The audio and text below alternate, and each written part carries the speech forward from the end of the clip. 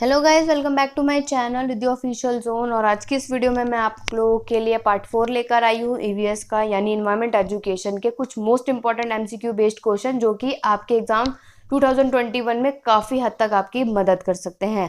अगर आप लोग इसके हिंदी मीडियम में या फिर हिंदी लैंग्वेज में आप लोगों को चाहिए होगी एमसीक्यू, तो आप मुझे कमेंट बॉक्स पे कमेंट कर दीजिएगा। मैं जल्द से जल्द आप लोगों के लिए इस एमसीक्यू हिंदी मीडियम में वीडियो लेकर आऊंगी। तो उसके लिए मेरे चैनल को अगर आप लोगों ने अभी तक सब्सक्राइब नहीं किया है दोस्तों, सब्सक्राइब करके बेल आइकन पे प्रेस कर दीजिएगा, जिससे कि लेटेस्ट अपडेट की नोटिफिकेशन आप लोगों तक पहुंच जाए। तो आज की वीडियो आपका पार्ट 4 है। ऑलरेडी मैं अपने चैनल पे पार्ट 1, 2, 3 अपलोड कर चुकी हूँ। डिस्क्रिप्शन बॉक्स पे उसका लिंक दिया हुआ है, अदरवाइज आप मेरे चैनल में प्लेलिस्ट पे जाके चेक कर सकते हैं। तीनों की तीनों वीडियो आप लोगों को प्रोवाइड हो जाएगी।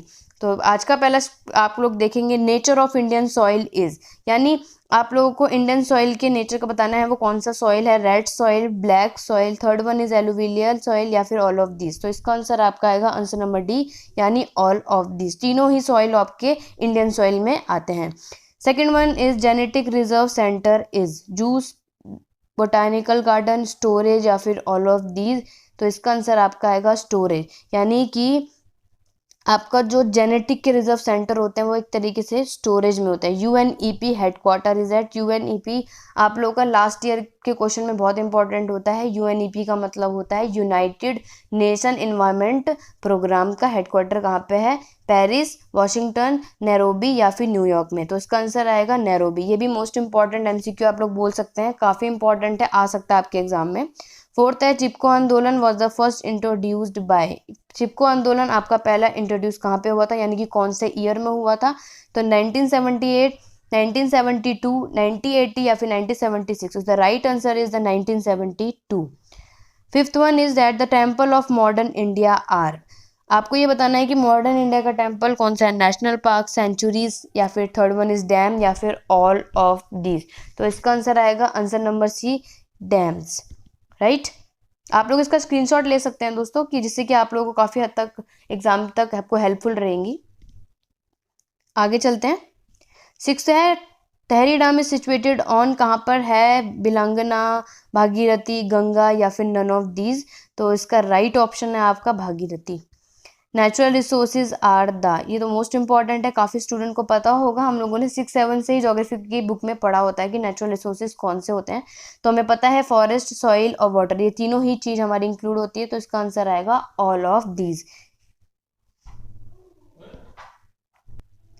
एट्थ है आप लोगों का national forest conservation act of India was enacted on, यानी कि एनएफसीए आपका भारत में कब इनेक्ट हुआ था? तो 1978, 1980, 1972 या फिर 1984। तो इसका राइट ऑप्शन है 1980, यानी कि 1980 में आप लोगों का एनएफसीए इंडिया में इनेक्ट हुआ था। नेक्स्ट है earth summit was held by Stockholm, Rio de Janeiro, both the places या नॉन ऑफ दिस। इसका आंसर आएगा बोथ द प्लेसेस। 10th है Dunkel draft was prepared for, पहला आएगा पेटेंट लॉ, दूसरा intellectual property right, C the both the above and the D all of this. तो इसका answer भी आएगा ऑप्शन नंबर सी, यानी कि पेटेंट लॉ और इंटेलेक्चुअल प्रॉपर्टी राइट आपका किसने प्रिपेयर किया था? डुनकई ड्राफ्ट में। नेक्स्ट देख लेते हैं 11th है Chipko Andolan was first introduce by. Chipko आंदोलन पहले किसने इंट्रोड्यूस किया था? सुंदरलाल बहुगुणा बिश्नोइस ने। तीसरा है मेघा पाटेकर ने या फिर डी नन ऑफ दीज। तो इसका आंसर आएगा ऑप्शन नंबर बी, बिश्नोइस ने। 12th आएगा in the earth summit 1992 prevention of biodiversity was opposed by. In the earth में समय 1992 में बायोडाइवर्सिटी कब अपोज की थी? किसके द्वारा? पहले जर्मनी, दूसरा फ्रांस, तीसरा यूएसए या फिर इंडिया। तो the right option is option number C, यानी कि यूएसए ने। Earth summit 1992 was addressed by Atal Bihari Vajpayee, दूसरा है राजीव गांधी, सी है नरसिम्हा राव या फिर मनमोहन सिंह। तो ऑप्शन इसका आएगा आंसर नंबर सी, यानी कि नरसिम्हा राव ने आपका अर्थ समिट 1992 को एड्रेस किया था। उसके बाद है 14th international council of environmental planning and coordination, जिसे कि आप ICEPC कह सकते हैं, वॉज सेटअप इन, कब सेटअप हुआ था, यानी कि कौन से ईयर में सेटअप हुआ था? तो इसका राइट ऑप्शन आएगा ऑप्शन नंबर ए, 1972 में सेटअप हुआ था। तो आप लोग शॉर्ट में आंसर कर सकते हैं कि ICEPC कब सेटअप हुआ था, 1972 में। International conference on environmental education in India was held in the year. अब आपको ये बताना है कि भारत में कब हेल्ड हुआ था, कौन से ईयर में, 1980 में, 1965 में, बोथ द अबव या नन ऑफ दिस। तो ये दोनों ही साल में हुआ था, बोथ ऑफ दीज इसका, सॉरी बोथ ऑफ दीज नहीं आएगा, बोथ द अबव इसका इंग्लिश है, तो आप यहाँ पे सही कर लीजिएगा। उसके बाद आपको नेक्स्ट देख लेते हैं 16th पे। चलिए 16 देख लेते हैं। 16th हमारा हैगा त्रिविसी कॉन्फ्रेंस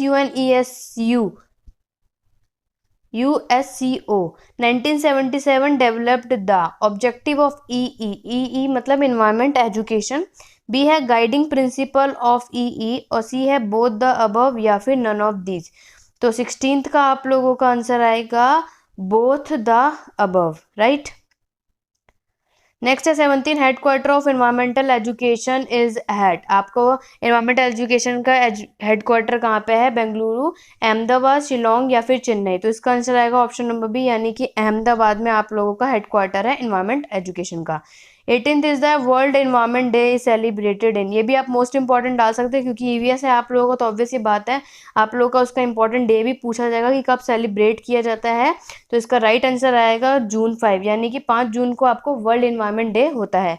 19th है most density populated country east. आपको ये बताना है कि सबसे ज़्यादा डेंसिटी पॉपुलेटेड कंट्री कौन सी है, तो वह चाइना, इंडिया, साउथ कोरिया या फिर जापान। तो इसका राइट आंसर आएगा साउथ कोरिया में आपका सबसे ज़्यादा मोस्ट डेंसिटी पॉपुलेटेड कंट्री मानी जाती है।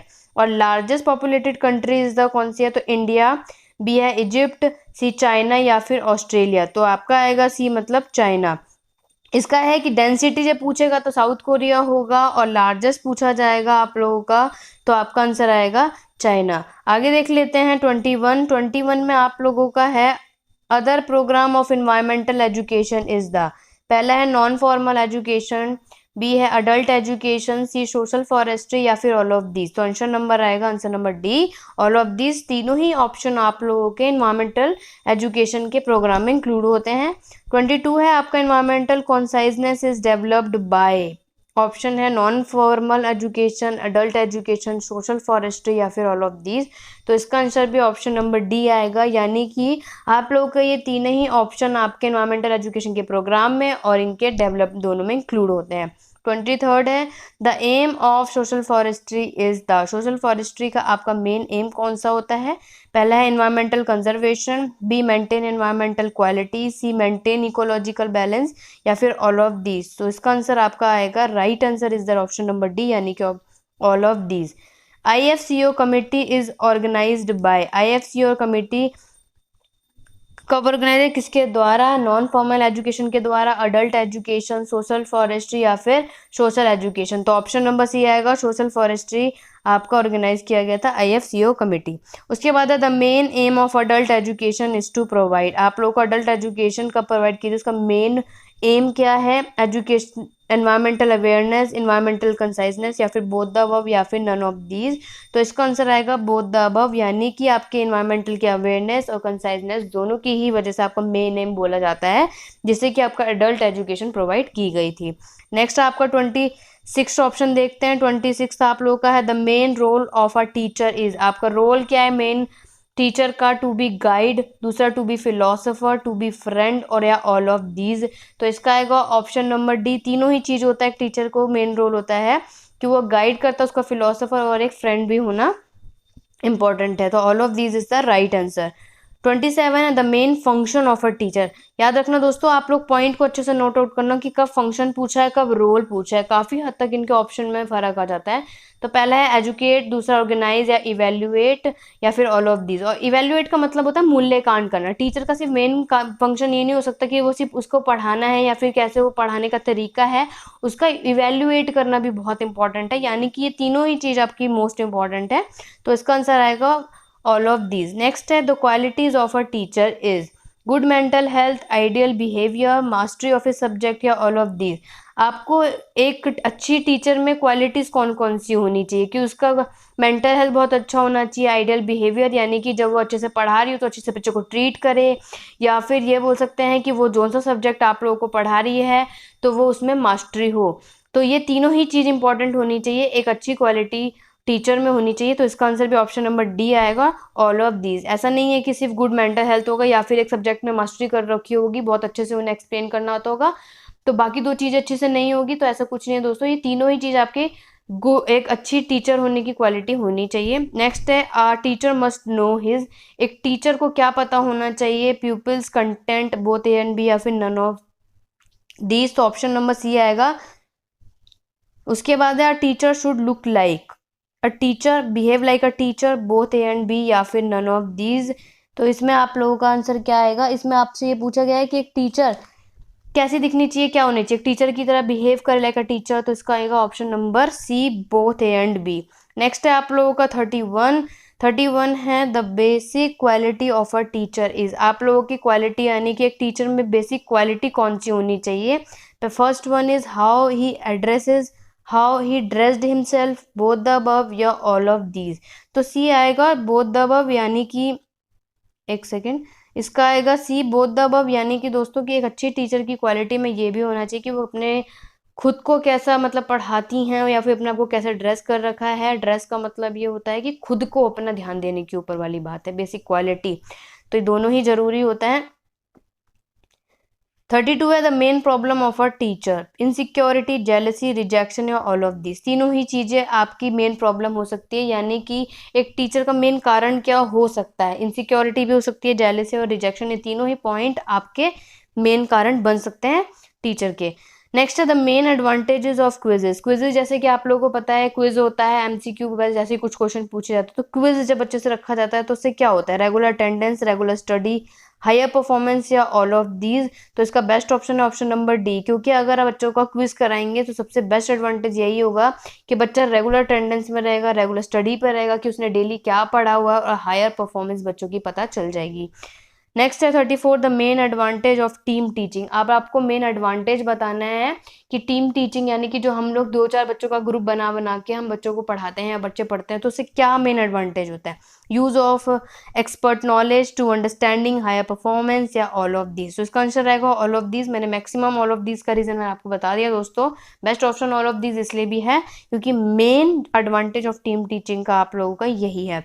नेक्स्ट और लास्ट है आपका the supporting device related to learners. आप लोगों को ये बताना है कि ऐसा कौन सा सपोर्टिंग डिवाइस है जो लर्नर से रिलेट करता है। Social science club, social science laboratory, word search या फिर ऑल ऑफ दीज। तो इसका आएगा आंसर नंबर डी यानी कि ऑल ऑफ दीज। तीनों ही चीज़ आपके सपोर्टिंग डिवाइस लर्नर पे सपोर्ट करते हैं या फिर रिलेट करते हैं। तो ये कुछ 35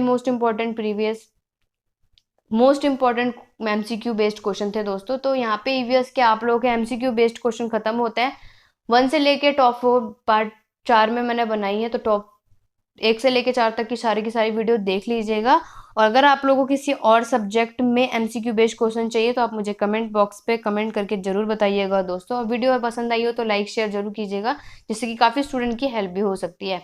तो अगर कोई क्वेरी या फिर ऐसा कोई क्वेश्चन है जो आप लोगों को पूछना है तो इंस्टाग्राम पे मैसेज करके पूछ सकते हैं, और टेलीग्राम पे आप जा सकते हैं इसकी पीडीएफ के लिए। तो टेलीग्राम को ज्वाइन करें मुझे, और आपको कौन सी पीडीएफ चाहिए तो वहाँ पे आप मुझे मैसेज ड्रॉप कर देंगे इंस्टाग्राम पे या फिर कमेंट बॉक्स पे कमेंट करके बता देंगे, तो मैं आपको जल्द से जल्द पीडीएफ प्रोवाइड कर दूंगी। तो आज की छोटी सी वीडियो बस इतनी ही है दोस्तों।